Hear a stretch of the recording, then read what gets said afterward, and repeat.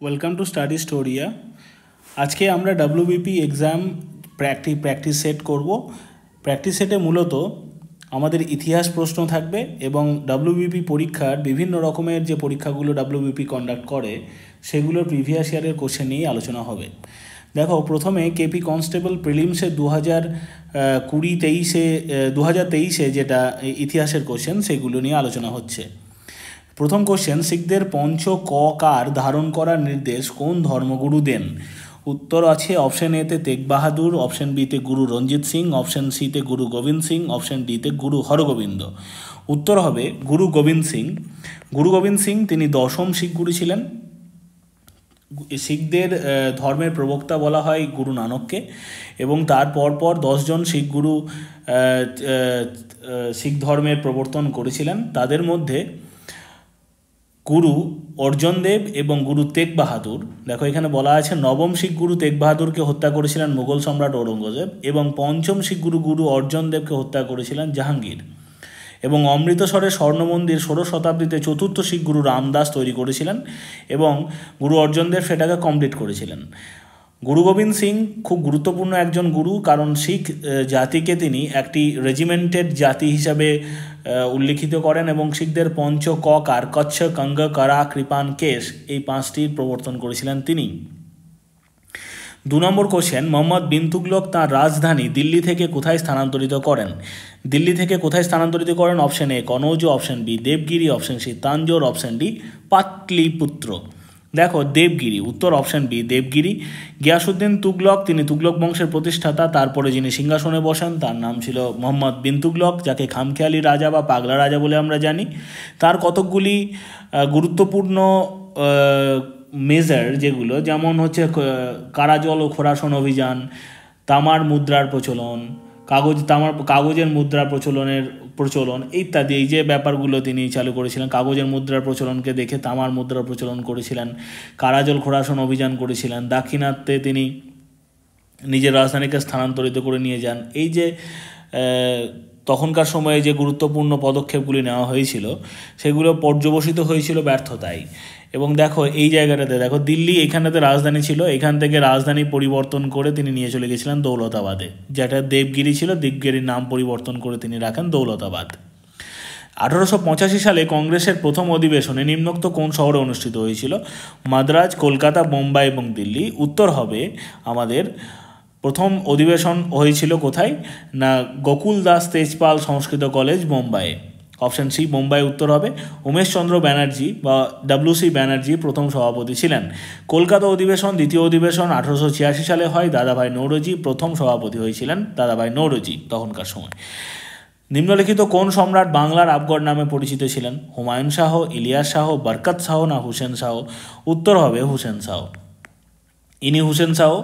হুসেন শাহী বংশের প্রতিষ্ঠাতা আলাউদ্দিন হুসেন শাহ। হুসেন শাহী বংশের প্রতিষ্ঠাতা আলাউদ্দিন হুসেন শাহ হাফসি সুলতান শামসুদ্দিন মুজাফফর শাহকে হত্যা করে বাংলা সিংহাসন দখল করেছিলেন।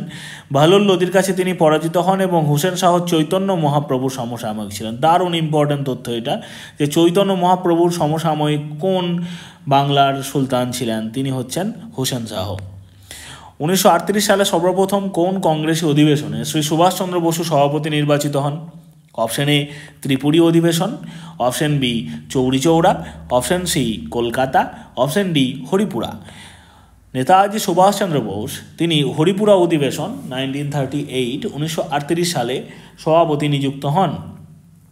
হরিপুরা অধিবেশনে জওহরলাল নেহেরুর অধীনে জাতীয় পরিকল্পনা কমিটি গঠিত হয়েছিল। 1917 সালে কলকাতায় কংগ্রেসের প্রথম মহিলা সভাপতি হিসাবে অ্যানি বেসান্ত নির্বাচিত হয়েছিলেন। 1925 সালে ইন দ্য ইয়ার 1925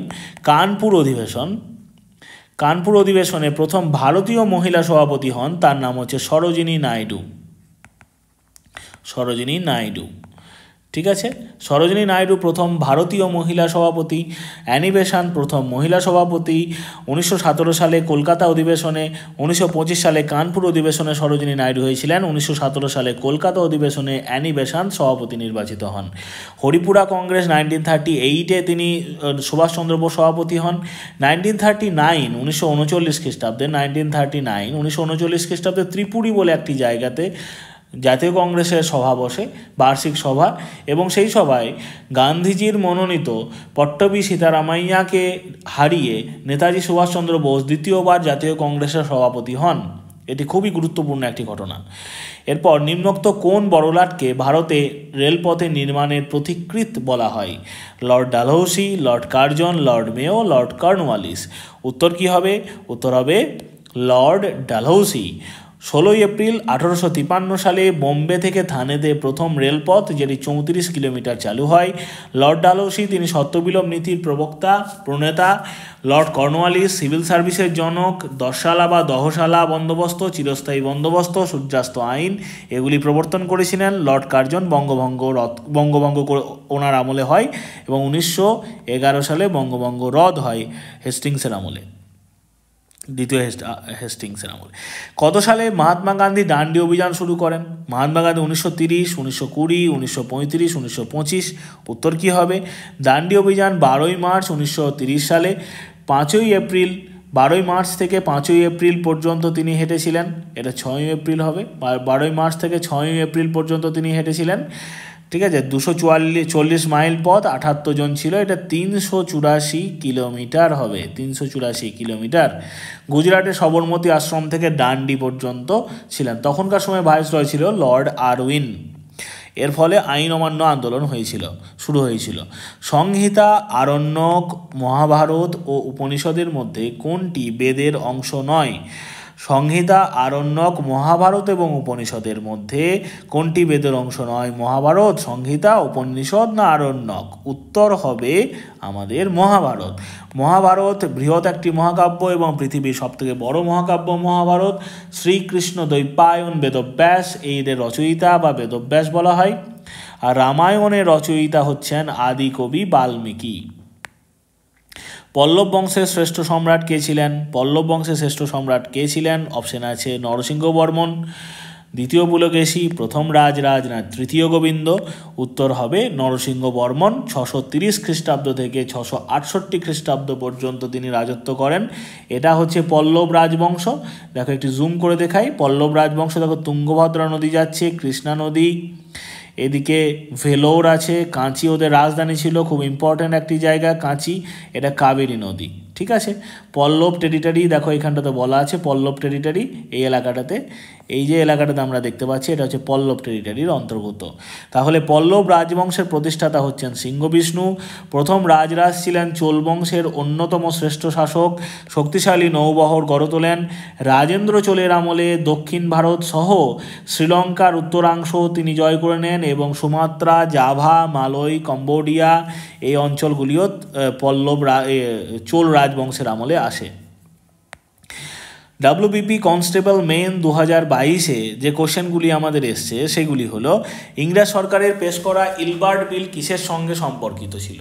অর্থনীতি, ধর্ম, বিচার ব্যবস্থা না সৈন্যবাহিনী? উত্তর কী হবে? উত্তর হবে বিচার ব্যবস্থা।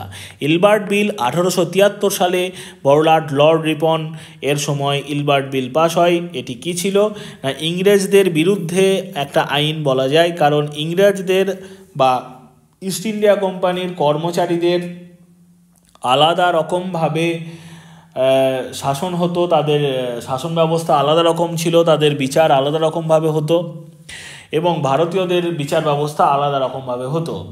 এই ইলবার্ট বিলের ফলে এটা বলা হয় যে ভারতীয় এবং ইংরেজদের একই অপরাধের জন্য একই সাজা ঘোষণা করা হবে, যেটা ইংরেজদের একবারেই পছন্দ হয়নি, ফলে ইলবার্ট বিলের বিরোধিতা করা হয়েছিল। মহাত্মা গান্ধী চম্পারণ নামক যে স্থানে আইন অমান্য আন্দোলন শুরু করেন সেটি নিম্নলিখিত কোন রাজ্যে অবস্থিত? উত্তরপ্রদেশ, রাজস্থান, মহারাষ্ট্র না Bihar? Option D will be the correct answer, Bihar. Champaran 1917 সালে সত্যাগ্রহ হয়। চম্পারণ সত্যাগ্রহ গান্ধীজির প্রথম সত্যাগ্রহ চম্পারণ।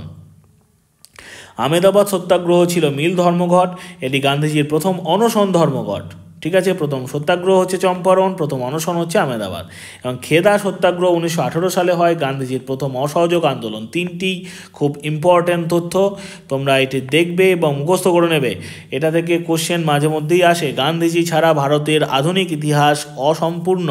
গান্ধীজি সংক্রান্ত সমস্ত প্রশ্ন আমাদের ঠোঁটস্থ হওয়া উচিত। মোগল আমলে প্রচলিত মনসবদারি ব্যবস্থা কিসের সঙ্গে সম্পর্কিত ছিল? অর্থনীতি, ধর্ম, বিচার ব্যবস্থা না সৈন্যবাহিনী? উত্তর হবে সৈন্যবাহিনী। মনসব কথার অর্থ হলো পদমর্যাদা। দেখো, এটা মনসবদারি সিস্টেম ইন আকবরস কোর্ট একটা ছবি। সামরিক এবং অসামরিক মোগল কর্মীদের বিভিন্ন স্তরের পদমর্যাদার প্রতীক হচ্ছে মনসবদার। বাংলার আকবর কাকে বলা হয়? রিপিট কোশ্চেন, কেপি প্রিলিমস 2023-এ রিপিট হয়েছে। এটা বাংলার আকবর কাকে বলা হচ্ছে? বাংলার আকবর বলা হচ্ছে হুসেন শাহকে। দেখো, বাংলার আকবর বলা হচ্ছে হুসেন শাহকে। বেঙ্গল সালতানের 1600 সেঞ্চুরিতে এই এলাকা পর্যন্ত বাংলা রাজ্য ছিল এবং এই এলাকাতে বাংলার আকবর কাকে বলা হচ্ছে? হুসেন শাহকে। অষ্টাঙ্গিক মার্গ কোন ধর্মের সঙ্গে যুক্ত? অষ্টাঙ্গিক মার্গ বৌদ্ধ, হিন্দু, ইসলাম এবং জৈন। উত্তর হবে বৌদ্ধ।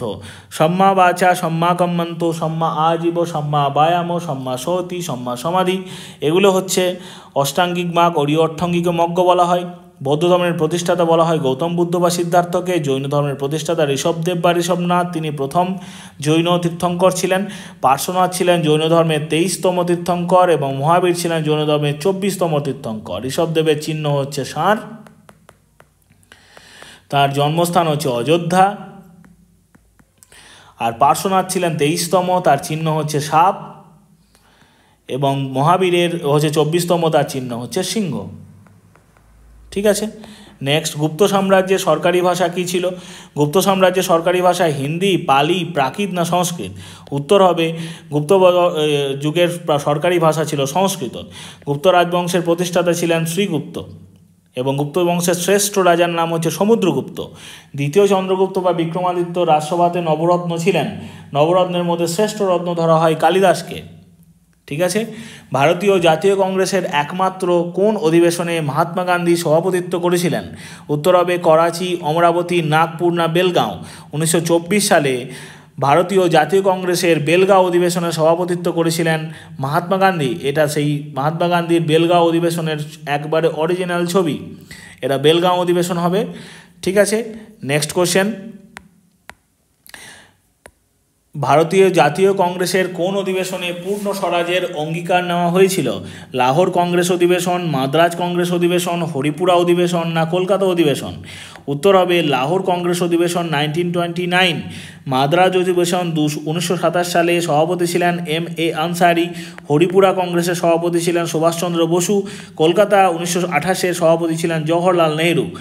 এই লাহোর কংগ্রেস অধিবেশন 1929 সালে সিদ্ধান্ত নেওয়া হয় যে স্বরাজ বলে বা স্বাধীনতা দিবস ঘোষণা করা হবে এবং 1930 সালে 26শে জানুয়ারি রাভি নদীর তীরে ভারতের জাতীয় পতাকা উত্তোলিত হয়েছিল এবং তখন স্বাধীনতা দিবস পালন করা হয়েছিল। পরবর্তীকালে সেই দিনটিকে কমমেমোরেট করার জন্যে 26শে জানুয়ারি দিনটাকে প্রজাতন্ত্র দিবস হিসেবে পালন করার সিদ্ধান্ত গ্রহণ করা হয়। কোন সভ্যতার অধিবাসীরা প্রথম নিকাশি ব্যবস্থার প্রচলন করেন? মেসোপটেমিয়া না মিশর না সিন্ধু না চৈনিক সভ্যতা? অপশানে আছে অপশান সি, সিন্ধু সভ্যতা। হরপ্পা সভ্যতার আবিষ্কার করেন প্রত্নতত্ত্ববিদ দয়ারাম সাহানি, রাবি নদীর তীরে অবস্থিত যেটি। মহেঞ্জোদারো আবিষ্কার করেন রাখাল দাস বন্দ্যোপাধ্যায়, সিন্ধু নদীর তীরে অবস্থিত। এটি 1921, এটা 1922। 1921 সালে এটি আবিষ্কৃত হয় হরপ্পা। মহেঞ্জোদারো 1922 সালে রাখাল দাস বন্দ্যোপাধ্যায় নামক একজন বিখ্যাত বাঙালি প্রত্নতত্ত্ববিদ তিনি মহেঞ্জোদারো আবিষ্কার করেন, যেটি হরপ্পা সভ্যতার সবথেকে বড় শহর হিসাবে বিবেচিত। কত সালে সর্বভারতীয় কিষাণ সভা প্রতিষ্ঠিত হয়েছিল? 1916, 1936, 1926, 1946? কোনটি হবে উত্তর? উত্তর হবে 1936, অপশান সি। এটি প্রতিষ্ঠা করেছিলেন স্বামী সহজানন্দ সরস্বতী, N.G. রাঙ্গা এবং ইন্দুলাল যাজ্ঞিক। উত্তর অপশানে সাধারণত স্বামী সহজানন্দ সরস্বতী থাকে, সেই জন্য এই নামটা সবথেকে বেশি ইম্পর্ট্যান্ট। অজাতশত্রু কোন মহাজনপদের অধিপতি ছিলেন? অজাতশত্রু অঙ্গ, কোশল, মগধ না অবন্তী? উত্তর হবে মগধ। অজাতশত্রু ছিলেন মগধের মহাজনপদের অধিপতি। তিনি ছিলেন বিম্বিসারের পুত্র। তিনি হর্যঙ্ক বংশের প্রতিষ্ঠাতা এবং মহাবীর এবং গৌতম বুদ্ধের সমসাময়িক। তার আমলে রাজগীরে 483 খ্রিস্টপূর্বাব্দে ফার্স্ট বুদ্ধিস্ট কাউন্সিল হয়েছিল, যে বুদ্ধিস্ট কাউন্সিলে মহাকাশ্যপ সভাপতিত্ব লাভ করেন এবং বিনয় পিটক এবং সূত্র পিটকের সংকলন হয়েছিল। কোন মোগল সম্রাট দিন ই ইলাহি প্রচলন করেন? শাহজাহান, হুমায়ুন, জাহাঙ্গীর না আকবর? উত্তর হবে আকবর। মোগল সম্রাট আকবর দিন ই ইলাহি প্রচলন করেন। দিন ই ইলাহি হলো ইসলাম, হিন্দু ধর্ম, খ্রিস্টান ধর্ম, জৈন ধর্ম, বৌদ্ধ ধর্ম থেকে নেওয়া বিভিন্ন বিশ্বাসের একটি মিশ্রণ। আকবর দিন ই ইলাহি প্রচলন করেছিলেন তাঁর সাম্রাজ্যের বিভিন্ন ধর্মের মানুষদের একত্রিত করার জন্য। তিনি বিশ্বাস করতেন যে সমস্ত ধর্মই একই সত্যের দিকে নিয়ে যায়। 1857 সালে মহাবিদ্রোহের সময় কানপুরে কে বিদ্রোহীদের নেতৃত্ব দিয়েছিলেন? নানা সাহেব, দ্বিতীয় বাহাদুর শাহ, রানী লক্ষ্মীবাই না বেগম হজরত মহল? উত্তর হবে নানা সাহেব। নানা সাহেব ছিলেন পেশোয়া দ্বিতীয় বাজিরাওয়ের দত্তক পুত্র এবং তিনি মহাবিদ্রোহের সময় কানপুরে একটি শক্তিশালী দুর্গ গড়ে তুলেছিলেন। বৌদ্ধ ধর্মগ্রন্থ ত্রিপিটক কোন লিপিতে লেখা? হিন্দি, পালি, সংস্কৃত না প্রাকৃত? উত্তর হবে পালি। ত্রিপিটক হলো বৌদ্ধ ধর্মের পবিত্রতম গ্রন্থ এবং এটি 3টি ভাগে বিভক্ত। সূত্রপিটক বুদ্ধের বাণী, যেটি আনন্দ সংকলন করেন। বিনয় পিটক, যেটা সন্ন্যাসীদের নিয়ম, যেটি উপালি সংকলন করেন। এবং অভিধম্ম পিটক, যেটা বৌদ্ধ দর্শন বলা আছে, এটা 3rd বুদ্ধিস্ট কাউন্সিলের সময় এটি সংগঠিত হয়। সিন্ধু সভ্যতার উল্লেখযোগ্য বন্দর কোনটি ছিল? লোথাল, কালীবঙ্গান, সারকোটাডা বা সুরকোটাডা এবং ধোলাবিরা? উত্তর হবে লোথাল। লোথালের আবিষ্কর্তার নাম হচ্ছেন S.R. রাও। এটি গুজরাটে অবস্থিত। এটি একটি বন্দর শহর যেটি ভোগাবা নদীর তীরে অবস্থিত বা ভাগাত্রব নদীর তীরে অবস্থিত। সিন্ধু সভ্যতায় লোথাল এবং রংপুরে ধানের ব্যবহারের নিদর্শন মিলেছে। রাইস হাস্ক বলা হচ্ছে যেটাকে। ভারতীয় জাতীয় কংগ্রেসের কোন অধিবেশনে পূর্ণ স্বরাজের অঙ্গীকার নেওয়া হয়েছিল? এটা রিপিট কোশ্চেন WBP কনস্টেবল এবং লেডি কনস্টেবল প্রিলিমস 2020-তে। দেখো, এটা লাহোর, মাদ্রাজ, হরিপুরা, কলকাতা। তোমরা নিজেরা উত্তর দেওয়ার চেষ্টা করো কোনটা হবে। উত্তর হবে লাহোর 1930-এ। ডিক্লারেশন অফ পূর্ণ স্বরাজ 1929, এটা তার ছবি। KPSI সার্জেন্ট প্রিলিমস 2021-এর কোশ্চেন। প্রাচীন সংস্কৃত গ্রন্থে যবনপ্রিয় বলতে নিম্নোক্ত কোনটিকে বোঝানো হতো? নৃত্যশিল্পীগণ, গোলমরিচ, হাতির দাঁত না উৎকৃষ্ট মানের মসলিন? উত্তর হবে গোলমরিচ। গোলমরিচ ছিল একটি ব্যয়বহুল মশলা যা প্রাচীন ভারতে খুব জনপ্রিয় ছিল। এটিকে যবনপ্রিয় বলা হতো কারণ এটি ভারতে গ্রিক এবং রোমানদের দ্বারা আমদানি করা হতো। ইংরেজ সরকার কর্তৃক প্রদত্ত যে উপাধিটি মহাত্মা গান্ধী অসহযোগ আন্দোলনের সময় বর্জন করেন সেটি হলো কি? ভারতরত্ন না কাইজার এ হিন্দ না ফ্রন্টিয়ার গান্ধী না রায় বাহাদুর?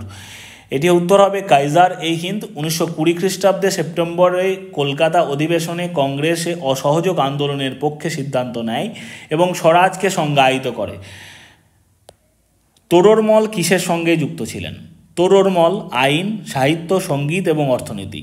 তোররমল এমন একজন ব্যক্তি ছিলেন যিনি শেরশাহের আমলেও ছিলেন এবং আকবরের আমলেও স্বমহিমায় নিজের ক্ষমতার সহযোগে রাজসভাতে ছিলেন। তিনি কে ছিলেন না তিনি একজন অর্থনীতিবিদ ছিলেন এবং তোররমল সম্রাট আকবরের দরবারে একজন গুরুত্বপূর্ণ ব্যক্তিত্ব ছিলেন। যে দুজন মোগল সম্রাট আত্মজীবনে লিখেছিলেন তারা কে? জাহাঙ্গীর ও শাহজাহান, হুমায়ুন ও জাহাঙ্গীর, বাবর ও হুমায়ুন এবং বাবর ও জাহাঙ্গীর? কি উত্তর হবে? উত্তর হবে বাবর এবং জাহাঙ্গীর। বাবর ছিলেন মুঘল সাম্রাজ্যের প্রতিষ্ঠাতা। 1526 খ্রিস্টাব্দে তিনি পানিপথের প্রথম যুদ্ধ জয়লাভ করেন এবং মোগল সাম্রাজ্যের প্রতিষ্ঠা করেন। বাবরের আত্মজীবনীর নাম হচ্ছে বাবরনামা। সেটি চাগতাই তুর্কি ভাষায় রচিত। এটি ফার্সি ভাষায় রচিত, অনুবাদ করেন যিনি, তার নাম হচ্ছে আব্দুর রহিম খান ই খানান। তিনি আকবরের রাজসভায় নবরত্নের মধ্যে একজন ছিলেন। জাহাঙ্গীরের আত্মজীবনীর নাম হচ্ছে তুজুক ই জাহাঙ্গীরি। এটি ফার্সি ভাষায় রচিত। সাতবাহন বংশের শ্রেষ্ঠ সম্রাট কে ছিলেন? সাতবাহন বংশের শ্রেষ্ঠ সম্রাট অপশন এ দ্বিতীয় পুলকেশী, যজ্ঞকেশী, প্রথম সাতকর্ণী না গৌতমীপুত্র সাতকর্ণী? উত্তর হবে গৌতমীপুত্র সাতকর্ণী। সাতবাহন বংশের প্রতিষ্ঠাতা হচ্ছেন সিমুক। সাতবাহন বংশ একটি মাতৃতান্ত্রিক সমাজ ছিল, রাজ্য ছিল এবং মায়ের নাম অনুসারে রাজাদের নামকরণ হতো। সাতবাহন বংশের সবথেকে উল্লেখযোগ্য আরেকটা বিষয় হচ্ছে সীসার মুদ্রার প্রচলন। সীসার মুদ্রা এবং পালতোলা জাহাজের ছবি আছে, নৌকার ছবি আছে মুদ্রাতে।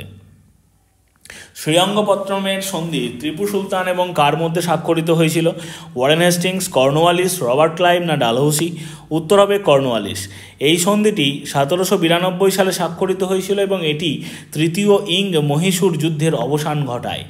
এই সন্ধির মাধ্যমে টিপু সুলতান মহীশূরের কিছু অঞ্চল ব্রিটিশ ইস্ট ইন্ডিয়া কোম্পানিকে ছেড়ে দিতে বাধ্য হন।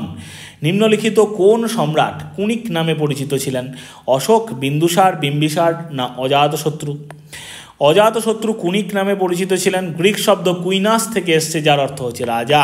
কুনিক নামে পরিচিত ছিলেন। গ্রিক শব্দ কুইনাস থেকে এসছে, যার অর্থ হচ্ছে রাজা। মৌর্য সাম্রাজ্যের প্রতিষ্ঠাতার নাম চন্দ্রগুপ্ত মৌর্য। এবং দেখো, বিন্দুসার তাকে অমিত্রাঘাত বলা হতো, অজাতশত্রু কুনিক বলা হচ্ছে, অশোককে দেবনাম প্রিয় প্রিয়দর্শী বলা হচ্ছে এবং বিম্বিসারকে শ্রেণীয় বলা হচ্ছে বা শ্রেণিক বলা হচ্ছে। ঠিক আছে, নেক্সট কোয়েশ্চেন। কুষাণ সম্রাট কনিষ্ক কার কাছে বৌদ্ধ ধর্মে দীক্ষা লাভ করেন?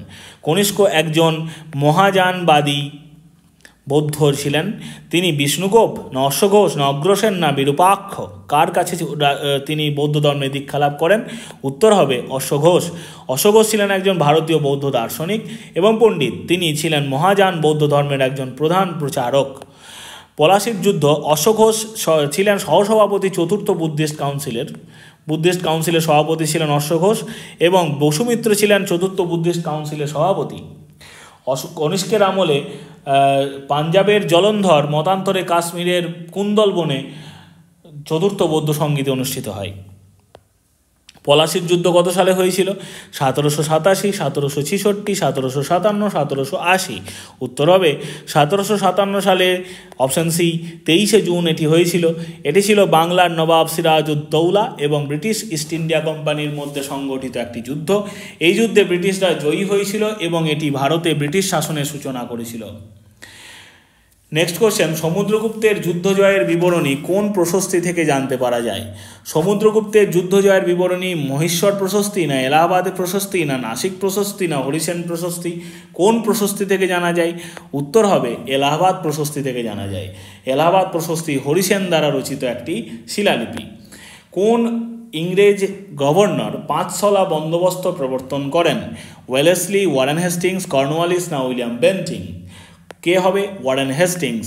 পাঁচশলা বন্দোবস্ত হলো ব্রিটিশ ভারতে একটি জমি সংস্কার যা 1773 সালে ওয়ারেন হেস্টিংস দ্বারা প্রবর্তিত হয়েছিল। স্যার টমাস রো কোন মোগল সম্রাটের রাজসভায় আসেন? ঔরঙ্গজেব, জাহাঙ্গীর, আকবর না শাহজাহাঁ?